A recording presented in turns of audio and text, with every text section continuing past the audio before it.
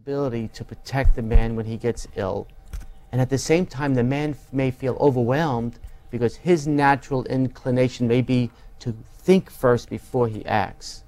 Many women feel that talking is extremely helpful to them, and it is. But for some men, talking is not helpful. So communication is always the #1 issue. You need to give the man some space in this circumstance, but do not give him a doctor's note not to engage with you. No one should ever have a doctor's note not to be responsible. When someone gets ill, it's hard on them, but they still have responsibility to be part of the relationship. They still have the responsibility to be part of the family. And in our work and in our research, we see again and again that patients who are still at the center of the family, for whom we still have expectations, tend to cope the best. So I would tell Barb, go to him and tell him first how you feel. And then give him permission to say, I know you may cope with this in not the same way that I do. You may cope in a different way. But as my boyfriend, as my husband, you have an obligation to teach me how to support you. You cannot isolate. You need to include me. And in point of fact, I would say to him, I know it takes more courage for you to tell me how you feel, because it's not your natural inclination to do so, but it makes me feel better. So no one should be given a doctor's note not to be part of the relationship. And that's what you have to do, Bob. So I think we have one more question. Yes, a question from Marion from Chicago. My boyfriend has cancer, and what can I do to help him? Any suggestions? Whenever you talk with anyone about a serious illness, regardless of what it is, or any serious problem, it's never helpful to assume. The first thing you want to say is, can you tell me what you think about? Can you teach me how you're experiencing this situation? So I would ask your boyfriend, first of all, what are his perceptions of what's going on? Because depending on his age, and of course age when you get cancer is it's a very important part of how you're going to experience it, in your thinking and in your heart. If you are working, you're going to be concerned about working. If you have young children, of course, you're going to be focused on the young children. And of course, when a boyfriend has cancer, there are always the questions of if you plan on having children in the future. Because these may be some of the things that he is thinking about, but you will never know unless you take the time to talk with him and to give him time. So a question you ask today may not be answered until next week, because you're helping him to think through some of the concerns. So the rules are, never assume anything. Always give the person the opportunity to tell you how they are experiencing the situation. It may be very different than how you are. You also want to tell them that you will be there for them no matter what. That you are committed to the friendship, you're committed to the relationship, and that you will help them if you can. Now, there are relationships that cannot tolerate this sort of stress. And if you're in one of those relationships, it is better to be honest. It is better to tell your boyfriend, I cannot cope with this, or I need some extra help to cope with this, and I will go and get counseling. It's always better to be honest, because if you let your boyfriend know what he has to cope with, he's going to be much better able to do that. That's why the groundwork, the foundation, is always trust. And trust is always based on being able to rely on that person to be honest with you at all times. Because we human beings, you know, we can cope with almost anything as long as we know what it is. And truth enables you to find strength. So it's very important to be honest. We have a whole series of situations where we've had young patients who have cancer, and someone will look at them and say, I hear you have cancer. I know you must be afraid of dying. And the young man will say, no way.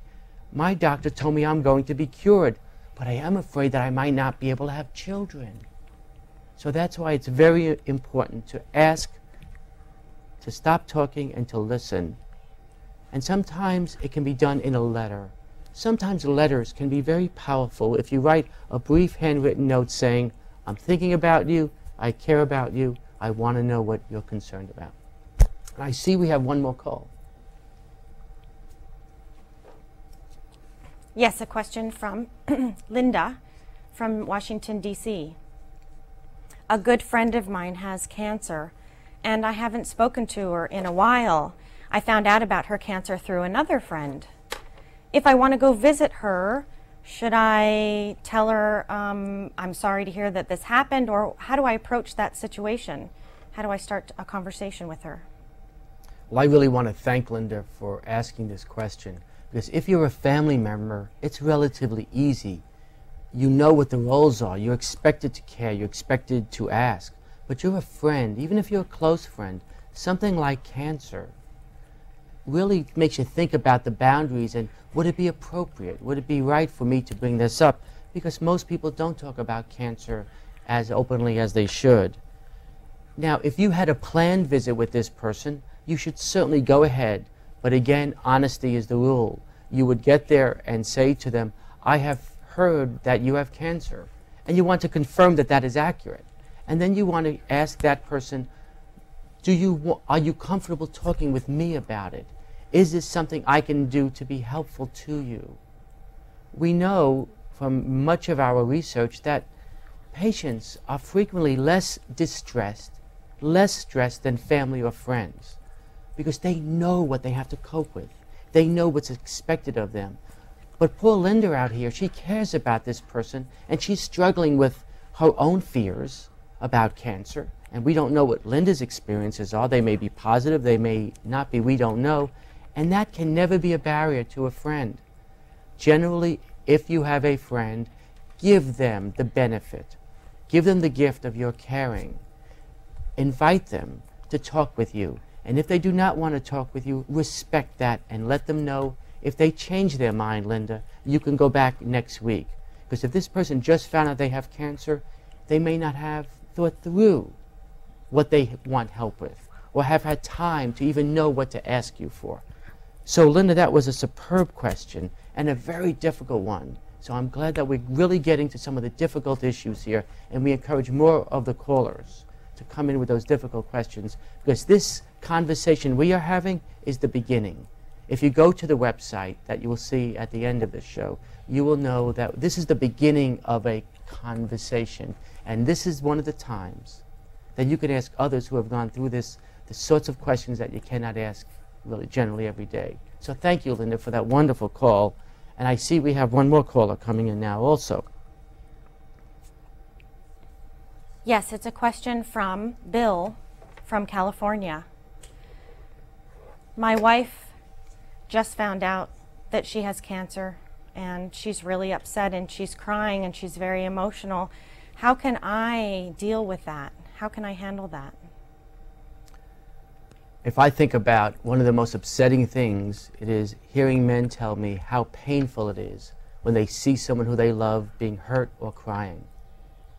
Some of the first experiences men have when they see a loved one in pain is that they failed. And they sometimes get so involved with their own feelings, with their own thinking, that they may pull back. And then the woman may feel isolated. And so when Bill calls in with a courageous question like this, it's important that we help Bill to realize that crying for women is a very healthy expression, as crying is for men. But men, in many ways, are not allowed to cry. And men, in many ways, take it upon themselves to think if there's a problem, they have to fix it. Sadness, crying, being upset is not a problem that men are expected to fix, although they may think they are. And that's a challenge to feeling emotionally connected to a loved one. Bill, you need to have the courage to allow your wife to cry. And if you need to have a good cry with her, that would really help her too. Hold her hand. Give her a hug. Tell her you will be there for her. Tell her anything she feels and thinks you care about and you want to hear. Tell her as many times as she has to talk about it, you will be there. Tell her that you love her. And tell her, although you're both afraid, you will use that fear to bring each other closer. So I really appreciate Bill saying this, because many men would not have the courage to talk about this. Crying is a healthy, normal response that we all